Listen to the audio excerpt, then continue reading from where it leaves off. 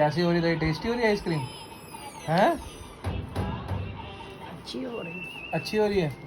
मेरा तो गला बैठ जाएगा अच्छी। अभी तो आपको कोल्ड हो रहा था। वो अंदर है। हाँ। कोई चक्कर नहीं।